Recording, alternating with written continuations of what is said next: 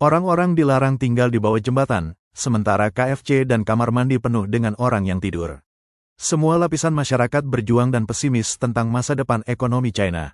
Seorang warganet merekam rekaman KFC yang penuh sesak dengan orang-orang larut malam. Orang dalam lain menjelaskan bahwa meskipun KFC beroperasi 24 jam sehari, hanya sedikit orang yang benar-benar makan ayam goreng di tengah malam. Pada kenyataannya, KFC telah menjadi tempat perlindungan bagi mereka yang tidak punya tempat tujuan lain.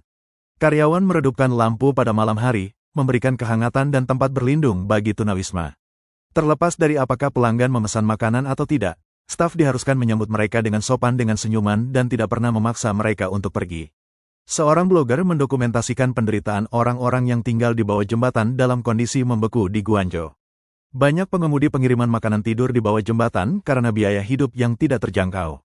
Sewa yang tinggi membuat perumahan tidak dapat diakses, jadi mereka memilih untuk menghemat uang dengan tidur di luar. Pada siang hari, mereka berpacu di tengah terik matahari, mengantarkan makanan, dan pada malam hari, mereka beristirahat di bawah jembatan. Terlepas dari kesulitan, mereka bertahan, mengorbankan kenyamanan mereka untuk menghidupi keluarga mereka. Namun, setelah perhatian media, pihak berwenang membersihkan area tersebut. Seorang warganet luar negeri berkomentar, PKC selalu menangani masalah dengan cara ini, cukup bersihkan saja. Yang lain menambahkan, mereka menyingkirkan tenda di bawah jembatan sama seperti mereka memaksa penduduk positif COVID ke kamp karantina. Di Guangzhou, biaya sewa lebih dari 1.000 yuan, sementara pekerjaan kantor hanya membayar lebih dari 3.000 yuan per bulan.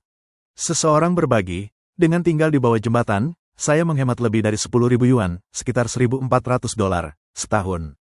Beberapa orang tidur di taman atau bahkan di dalam McDonald's karena tidak ada biaya properti, biaya manajemen, tagihan utilitas, atau biaya parkir. China adalah rumah bagi banyak tunawisma dan penyandang disabilitas, banyak di antaranya hanya ditangkap dan menghilang tanpa jejak. Penurunan ekonomi China membuat hidup semakin sulit bagi pekerja migran. Namun, perjuangan ini tidak terbatas pada mereka. Di kota-kota di seluruh negeri, banyak penduduk kota parubaya dan muda berjuang untuk memenuhi kebutuhan hidup. Banyak mantan warga kelas menengah, setelah mengalami kegagalan bisnis atau kehilangan pekerjaan, beralih ke pengiriman makanan atau mengemudi untuk layanan transportasi online. Dengan meningkatnya pengangguran di kalangan anak muda, bahkan lulusan universitas terpaksa terjun ke industri ini, membuat persaingan semakin sengit dan prospek kerja suram.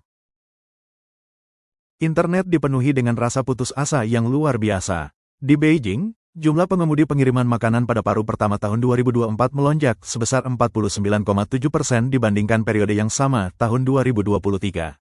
Namun, keuntungan industri restoran anjlok hampir 90%. Seorang penduduk menambahkan, pihak berwenang Jiangsu mengelas batang baja ke bangku untuk mencegah pekerja tidur semalaman, mengklaim itu untuk menjaga penampilan kota.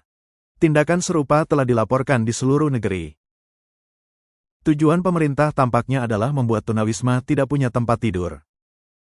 Komentator Xing Tining berkomentar, jika seseorang stabil secara finansial dan memiliki rumah, mereka tidak akan memilih untuk menahan dingin dengan tidur di bangku atau di bawah jembatan. Hanya anggota masyarakat yang paling putus asa yang terpaksa membuat pilihan seperti itu. Dia menambahkan, orang China tidak memiliki hak asasi manusia. Alih-alih membantu warga yang berjuang, para pejabat PKC lebih fokus mengendalikan mereka. Pemasangan paku beton, bangku las, dan penghalang dimaksudkan untuk mencegah orang tinggal di satu tempat terlalu lama, membuat manajemen lebih efisien dengan kedok kebersihan dan ketertiban kota. Singkatnya, orang biasa diperlakukan seperti penjahat. Namun, ketakutan sebenarnya bukan hanya tunawisma, tetapi rasa ketidakpastian dan keputusasaan yang tumbuh tentang masa depan. Ekonomi China sedang menurun, dan bahkan mereka yang memiliki tempat tinggal merasa bahwa hidup menjadi sangat sulit.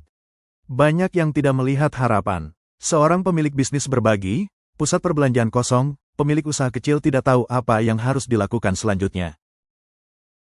Begitu banyak yang telah tutup. Saya menganggap diri saya beruntung, tetapi saya tahu banyak yang bahkan tidak akan bertahan hingga tahun baru. Tidak ada uang yang tersisa di pasar. Sementara orang biasa berjuang, elit PKC terus menikmati kemewahan. Setiap tahun, Beijing mengadakan perjamuan mewah, bahkan ketika pemerintah mengklaim bahwa partai harus memberi contoh dengan hidup hemat dan memastikan kehidupan yang lebih baik bagi rakyat. Namun, sementara publik dilarang bahkan tidur di bawah jembatan, PKC membangun resor pensiun mewah untuk mantan pejabat tinggi mereka, yang didanai sepenuhnya oleh uang pembayar pajak. Menurut Kementerian Urusan Sipil, pada Oktober tahun 2023, Sistem Pemantauan Dinamis Nasional untuk Populasi Berpenghasilan Rendah telah mencatat lebih dari 66 juta individu berpenghasilan rendah, atau 7% dari total populasi China. Namun, pada bulan Mei tahun 2020, pada konferensi pers Kongres Rakyat Nasional, Perdana Menteri Li Keqiang saat itu menyatakan bahwa 600 juta orang di China berpenghasilan 1.000 yuan, sekitar 137, atau kurang per bulan, hampir tidak cukup untuk menyewa apartemen di kota berukuran sedang. Namun, pada awal 2021, Xi Jinping menyatakan kemenangan penuh atas kemiskinan. Profesor Universitas Zhujiang, Lei Shur, memperkirakan bahwa 65% populasi China belum mencapai standar pendapatan menengah, yang berarti sekitar 900 juta orang China masih dianggap berpenghasilan rendah.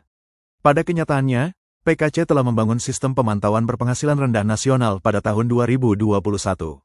Namun, dalam beberapa tahun terakhir, penipuan dan korupsi yang meluas dalam sistem kesejahteraan telah terungkap, mengungkapkan bahwa banyak individu kaya secara curang mengklaim tunjangan berpenghasilan rendah. Ekonom China Amerika, Li Henqing, bertanya, masalah sebenarnya adalah apakah bantuan keuangan akan benar-benar mencapai mereka yang sangat membutuhkan. Sementara itu, seorang pengguna di platform X, Peter Pankow, dengan belak-belakan menyatakan, tujuan dari kebijakan ini bukan untuk membantu orang, tetapi untuk menjaga stabilitas. Tujuannya adalah untuk memecah pengangguran, yang kecewa, dan yang putus asa agar mereka tidak bersatu melawan pemerintah. Baru-baru ini, China mengalami lonjakan serangan tanpa pandang bulu, mendorong Xi Jinping untuk memerintahkan langkah-langkah pencegahan risiko yang lebih ketat secara nasional, meningkatkan pengawasan terhadap pengangguran, tunawisma, dan mereka yang mengalami kesulitan keuangan. Pakar China, Wang Yi, mengamati bahwa respons pertama PKC terhadap insiden massal selalu berupa penindasan kekuatan kasar, yang hanya semakin meningkatkan ketegangan sosial.